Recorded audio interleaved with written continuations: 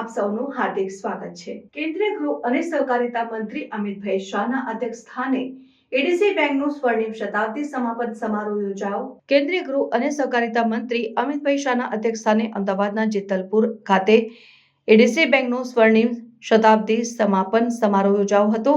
મુખ્યમંત્રી ભૂપેન્દ્ર પટેલ અને રાજ્યમંત્રી જગદીશભાઈ વિશ્વકર્મા સમારોહમાં ઉપસ્થિત રહ્યા હતા। કેન્દ્રીય ગૃહ અને સહકારિતા મંત્રી અમિતભાઈ શાહે આ પ્રસંગે એડીસી બેંક દ્વારા બી અવેર બી સિક્યોરના મંત્ર સાથે શરૂ કરવામાં આવનાર cyber safety and security pilot પ્રોજેક્ટનું લોકાર્પણ કર્યું હતું। તેમજ જેતલપુર સેવા સહકારી મંડળીના સુપર મોલનો વર્ચ્યુઅલ માધ્યમથી શિલાન્યાસ કરાવ્યો હતો।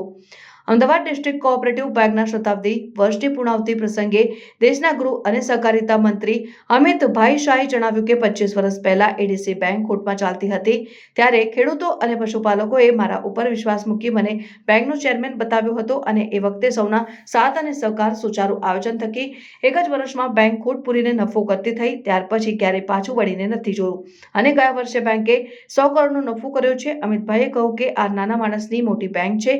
ખેડૂતો અને પશુપાલકોની 5 પેઢીઓએ પોતાના પરસેવાથી આ બેંકને સિંચી છે અને બેંકને ઝીરો નોન પરફોર્મિંગ એસેટ્સ વાળી બેંક બનાવી છે અને છેલ્લા 25 વર્ષમાં બેંકે અનેક નવા આયામો અને શિખરો સર કર્યા છે।